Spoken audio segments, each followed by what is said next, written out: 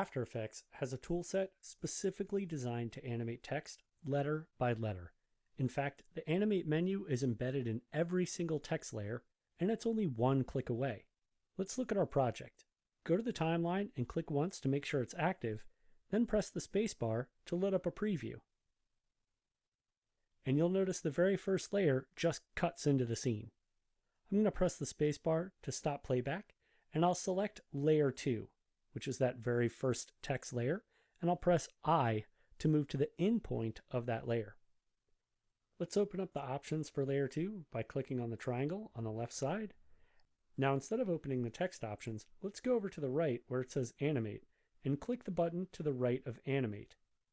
I want to animate the opacity of each one of these letters, so I'll go up and choose Opacity out of the group. Now notice I have many more options that have appeared here underneath my text.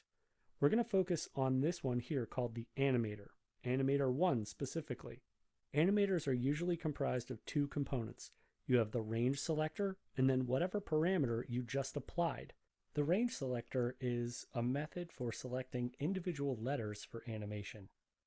We'll see how to select those letters in a moment, but what's important to understand is whatever's within the range takes on the value of whatever property you just added. So what I'm going to do, since I want this to fade in, is change the opacity to a setting of 0.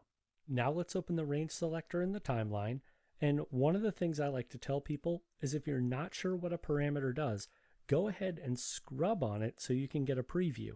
So let's move our mouse over the start parameter and click and drag to scrub.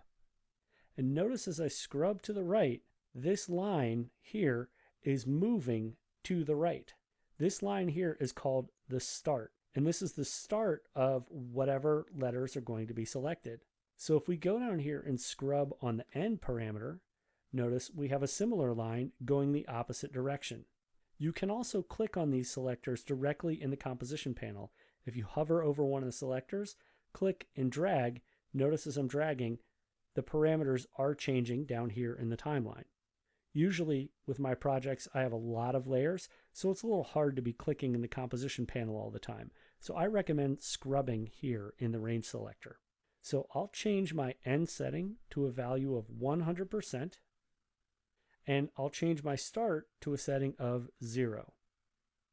So to create the animation, I'll go ahead and add the keyframe here right at the start.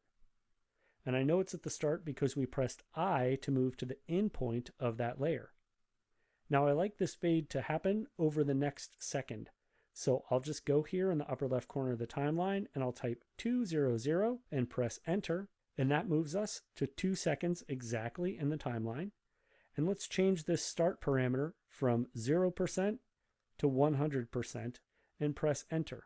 Now we're ready to preview the animation. Move the current time indicator back to the beginning of the timeline and press the spacebar to preview. Now we've successfully created a fade over each individual letter using a text animator. And there are many different options available inside of text animators, so I highly encourage you to keep practicing and play around with the different settings. After all, they say practice makes perfect.